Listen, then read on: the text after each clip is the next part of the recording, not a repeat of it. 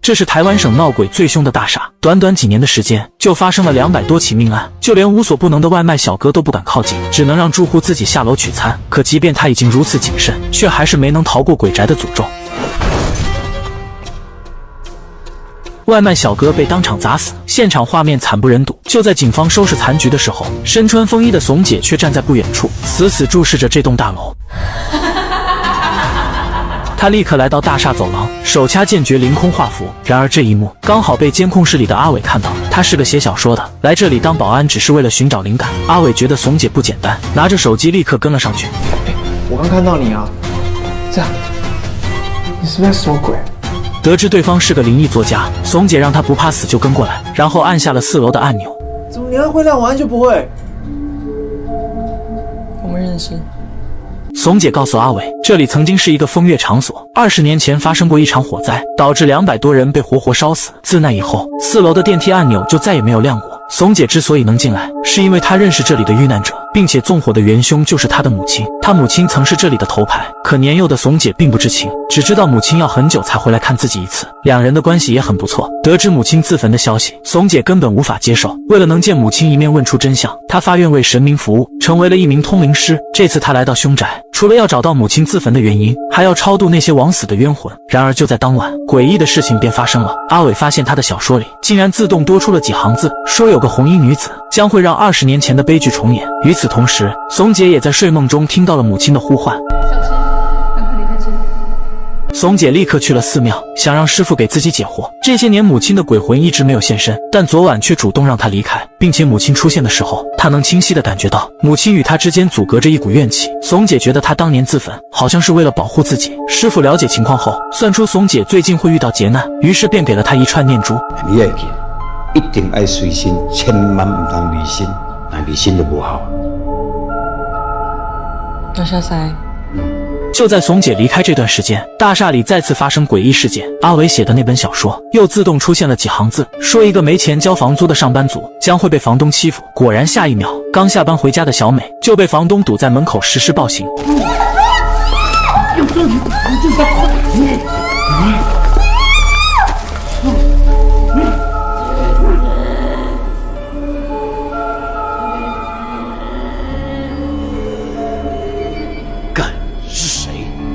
房东怕自己被人发现，吓得提着裤子赶紧离开。小美失魂落魄地蹲在地上，全然没注意到身后站着一个红衣阿飘。房东来到楼下，正准备驾车离开时，却看到小美也跟了出来。房东还以为她改变了主意，然而下一秒，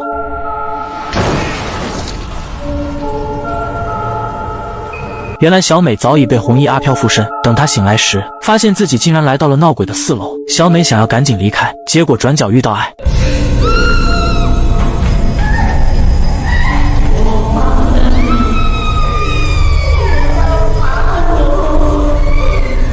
小美发疯般的逃窜，刚好在电梯口遇见怂姐，以为她也是鬼，当场吓晕过去。怂姐施法将其唤醒，可她却忘记了刚才经历的一切。怂姐只好将其催眠，看看到底发生了什么。告诉我你感觉到了什么？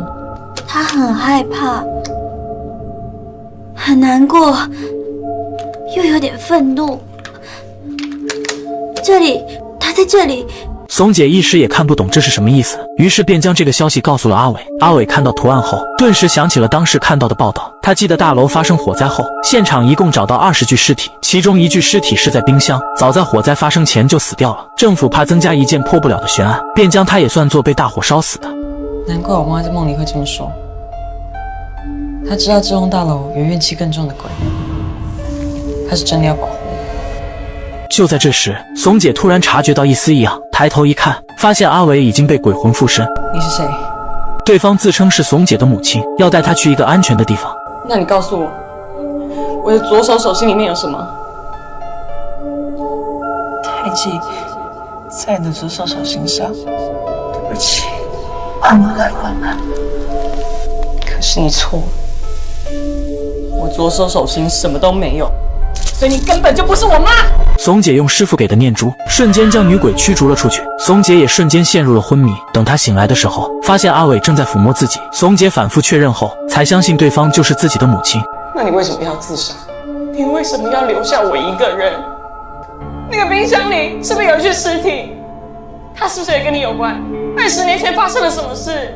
在怂姐的逼问下，母亲终于说出了当年的真相。原来20年前，怂妈有个叫小婷的闺蜜，两人都在会所工作，但小婷却性格内向，经常接不到客人。怂妈为了帮她，便给她介绍了一个大客户，但万万没想到，男人竟然是个变态狂，对小婷进行了惨无人道的折磨。小婷拼死反抗，一脚将男人踹翻后，然后迅速逃出房间，不料却被老鸨拦住去路。得知她得罪了大客户，老鸨把她拉到床上，又是一顿暴走。小婷本想找怂妈求助，可她却避而不见，装作什么也没有听到。小婷的命运可想而知，老鸨将她带回房间，然后活生生折磨致死，最后还将她的尸体装进了冰箱。怂妈当时就在隔壁房间，她只能用酒精来麻痹自己，还不小心打翻了蜡烛。她早就知道男人是个变态，如果自己不这么做，倒霉的可能就是他了。然而小婷死后怨气极重，竟然将蜡烛的星星火苗变成了熊熊烈火，大火瞬间蔓延整个房间，最终连同喝醉的怂妈一共烧死了19人。小婷则化为厉鬼被困在冰箱里。自那以后，大厦里便不断发生命案。将真相全盘托出后，怂妈便离开了。怂姐赶紧追了出去，来到了闹鬼的4楼。